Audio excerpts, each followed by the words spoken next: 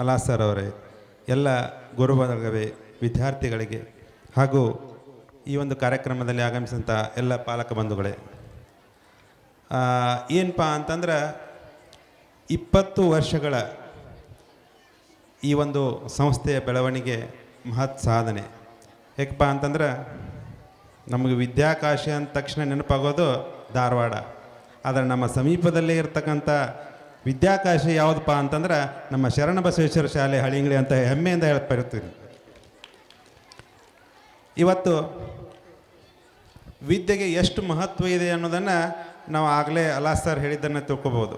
ಯಾಕಪ್ಪ ಅಂತಂದ್ರೆ ವಿದ್ಯೆ ಇತ್ತಂದ್ರೆ ಇವತ್ತು ಏನು ಬೇಕಾದರೂ ಸಾಧಿಸ್ಬೋದು. ವಿದ್ಯೆ ಇಲ್ಲದೇ ಇದ್ದರೆ ಏನೂ ಸಾಧಿಸ್ಲಿಕ್ಕೆ ಆಗೋದಿಲ್ಲ. ಯಾಕಂದ್ರೆ ವಿದ್ಯೆ ಅಂದರೆ ನಾವು ಏನು ಅಂದ್ಕೊಂಡಿದ್ದೀವಪ್ಪ ಅಂತಂದರೆ ಬರೀ ಓದು ಬರಹ ಅಕ್ಷರ ಜ್ಞಾನ ಅಂತ ಅಂದ್ಕೊಂಡಿದ್ವಿ. ಬರೀ ಅದಲ್ಲ. ಶಿಕ್ಷಣ ಅಂತಂದರೆ ನಮ್ಮ ಬದುಕನ್ನು ಕಟ್ಟಿಕೊಳ್ಳಲಿಕ್ಕೆ, ನಮ್ಮ ಬದುಕನ್ನು ಈ ಸಮಾಜದಲ್ಲಿ ಅತ್ಯುತ್ತಮವಾಗಿ ರೂಪುಗೊಳ್ಳಲಿಕ್ಕೆ ಸಹಾಯಕವಾಗುವಂಥ ಒಂದು ಮಾಧ್ಯಮ. ಅಂಥ ಒಂದು ಅದ್ಭುತವಾದಂಥ ಕಾರ್ಯವನ್ನು ನಮ್ಮ ಪೂಜ್ಯ ಗುರುಗಳು ಈ ಹಳಿಂಗಳಿ ಗ್ರಾಮದಲ್ಲಿ ಸಾಧನೆ ಮಾಡಿ ತೋರಿಸಿದ್ದಾರೆ.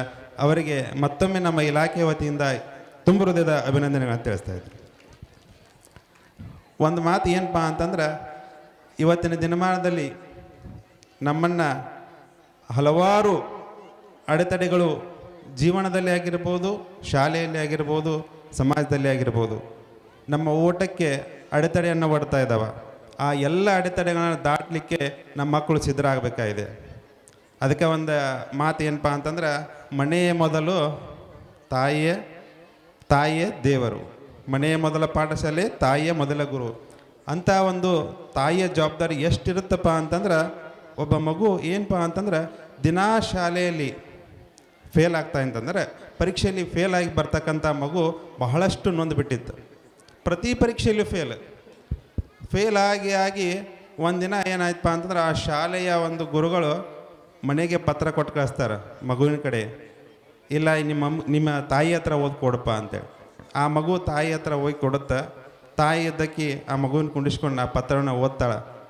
ಏನಪ್ಪ ಅಂತಂದ್ರೆ ನೀ ಭಾಳ ಶಾಣೆ ಅದೀಪ ಅಂದರೆ ಶಾಲೆಯಿಂದ ಬರೆದಂಥ ಲೆತ್ರದಲ್ಲಿ ಏನಪ್ಪ ಅಂತ ಮಗು ತಾಯಿ ಹೇಳ್ತಾಳೆ, ಏನಪ್ಪ ಅಂದ್ರೆ ನೀ ಭಾಳ ಶಾಣೆ ಅದಿ, ನಿನಗೆ ಕಲಿಸುವಟ್ಟು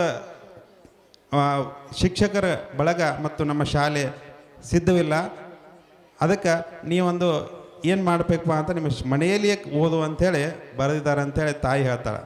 ಅದಕ್ಕೆ ಆ ಮಗು ಕೂಡ ಏನು ಮಾಡುತ್ತೆ ಅಂತಂದ್ರೆ ಇನ್ನಷ್ಟು ಹುಮ್ಮಸ್ಸಿನಿಂದ ಮನೆಯಲ್ಲಿ ಓದುತ್ತ ತಾಯಿಯು ಹಲವಾರು ಪುಸ್ತಕಗಳನ್ನು ಓದಿಸಿ ಆ ಮಗುವನ್ನು ಸಿದ್ಧಳಾಗಿ ಮಾಡ್ತಾಳೆ. ಮುಂದೊಂದು ದಿನ ಆ ವಿದ್ಯಾರ್ಥಿ ಏನಾಗ್ತಾನಪ್ಪ ಅಂತಂದ್ರೆ ದೊಡ್ಡ ವಿಜ್ಞಾನಿ ಆಗ್ತಾನೆ. ಅವನೇ ಯಾರಪ್ಪ ಅಂದ್ರೆ ಥಾಮಸ್ ಆಲ್ವಾ ಎಡಿಸನ್.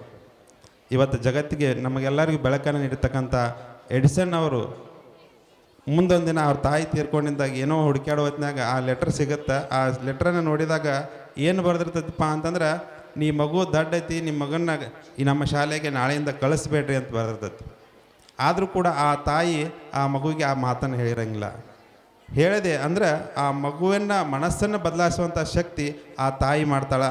ಅಂಥ ಒಂದು ಮಹತ್ ಕಾರ್ಯವನ್ನು ಎಲ್ಲ ತಾಯಂದಿರು ಮಾಡಬೇಕು. ಯಾಕಂದ್ರೆ ಶಾಲೆಯಲ್ಲಿ ಎಷ್ಟು ಕಲಿಯುತ್ತೋ ಅದಕ್ಕಿಂತ ಹೆಚ್ಚು ಸಂಸ್ಕಾರವನ್ನು ನಮ್ಮ ಮನೆಯಲ್ಲಿ ಬೆಳೆಸಬೇಕಾಗಿದೆ.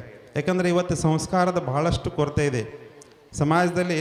ನಮಗೆ ಮಾರ್ಕ್ಸ್ಗಿಂತ ಸಂಸ್ಕಾರಯುತವಂಥ ಮಕ್ಕಳು ಬಹಳಷ್ಟು ಗೌರವ ಇರುತ್ತೆ.